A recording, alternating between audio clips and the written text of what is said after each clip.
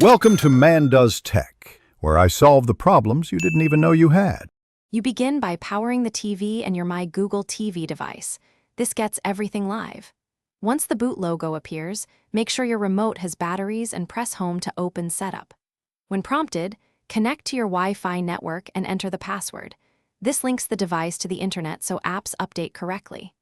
If asked, sign in with your Google account so you can use personalized recommendations and voice search without delay. Once signed in, you should allow the recommended permissions so the system can sync your apps and preferences. This saves you repetitive setup.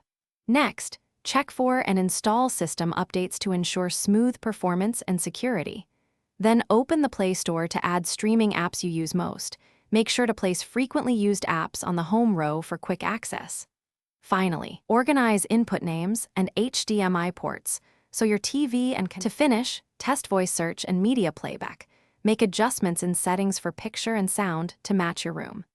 Make sure HDMI CEC is enabled if you want one remote control of attached devices, and set default audio to your soundbar or TV speakers. If something goes wrong, restart the My Google TV and router and rejoin Wi-Fi. If issues persist, factory reset from settings. This clears stubborn configuration errors and returns you to a clean setup. Thanks for watching. If you found this helpful, don't forget to like and subscribe.